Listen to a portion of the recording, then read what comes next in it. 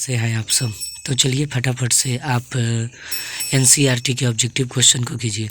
Class 10 का history NCERT objective question. पहला question है, इटली एवं जर्मनी वर्तमान में इस महादेश के अंतर्गत आते हैं। तो आपको याद रखना है यूरोप। यूरोप एक महादेश है, इसमें बहुत ज़्यादा देश है। और यूरोप का दूसरा नाम याद रखिए यूरेशिया।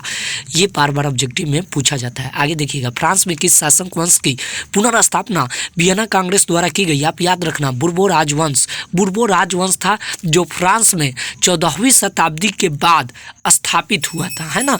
जब भारत आने वाले रास्ता का खोज हो गया 1498 के बाद में, यानी कि यूं कहे तो 15वीं शताब्दी के आसपास। आप ये बात याद रखिएगा। मेजनी का संबंध जो है किस संगठन से था? कार्बोनरी। एक और प्रश्न याद कीजिए, कार्बोनरी की स्थापना कब की गई? कब की गई? 1810 ईस्वी में कार्बोनरी की स्थापना की गई थी। ठीक है, आगे देखते हैं। इटली एवं जर्मनी के एकीकरण के विरुद्ध कौन था? ऑस्ट्रिया। ऑस्ट्रिया एक देश था। आप याद रखिए, ऑस्ट्रिया एक देश है। ऑस्ट्रिया की राजधानी कहाँ है? तो वियना है। आप याद रखिए। काउंट काबूल को विक्टर एमेनुएल ने किस पद पर नियुक्त किया? तो प्रधानमंत्री। और काउंट काबूल फ्रांस का शासक था। काउंट काबूल कौन था? फ्रांस का शासक था। और इसने विक्टर एमेनुएल नामक मंत्री को जो है प्रधानमंत्री पद पर क्या किया? नियुक्त किया।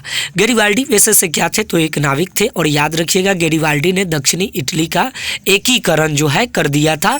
और इसके साथ साथ जो है इटली के एकीकरण करने में गैरिबाल्डी का बहुत ही ज़्यादा योगदान है। जर्मन राइन राज्य का निर्माण किसके द्वारा किया गया? नेपोलियन बोनापार्ट के द्वारा। आपको समझ में आ रही है बात? नेपोलियन बोनापार्ट के द्वारा।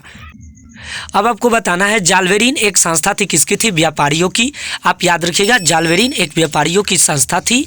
और यह यूरोप में राष्ट्रीयता की भावना को जो है बढ़ाने के लिए स्थापित किया था। आगे देखते हैं, रक्त एवं लौह की नीति का अवलंबन किसने किया था? तो बिस्मार्क ने किया था। बिस्मार्क जो कि ऑस्ट्रिया का चांसलर हुआ करता था। फ्रैंकफर्ट की संधि 1871 में हुई। और याद रखिएगा, फ्रैंकफर्ट की संधि के द्वारा ही जर्मनी का एकीकरण हुआ था। अगर पूछेगा किस संधि के द्वारा जर्मनी का एकीकरण हुआ, तो आपको याद रखना है फ्रैंकफर्ट की संधि। और फ्रैंकफर्ट की संधि कब हुई थी? 1871 ईस्वी में। यूरोप वासियों के लिए किस देश का साहित्य एवं ज्ञान विज्ञान प्रेरणा स्रोत रहा? तो यूनान। और यूनान को क्या है? तो एक देश है। और आप इस बात को याद रखिएगा, साहित्य एवं ज्ञान विज्ञान का प्रेरणा स्रोत जो है यूरोप को जो है यूनान से ही मिला। आगे देखते हैं, 1829 ईस्वी की इंडियानापोल की संधि किस देश के साथ हुई? तो पोलैंड के साथ। और इसी के साथ जो है पोलैंड में जो है राष्ट्रीयता की भावना भी तेजी से उभर कर सामने आई। तो हाय बच्चों, कैसा लगा यह सेशन आपको? हमने एनसीईआरटी के टोटल ऑब्जेक्टिव क्वेश्चन को कवर किया जो बिहार बोर्ड 2025 में पूछे जा रहे हैं। चैनल पे लाइक नए हैं तो प्लीज़ आप सब्सक्राइब जरूर कर दीजिएगा। आगे मिलते हैं चैप्टर नंबर 2 के साथ। तब तक के लिए बाय बाय।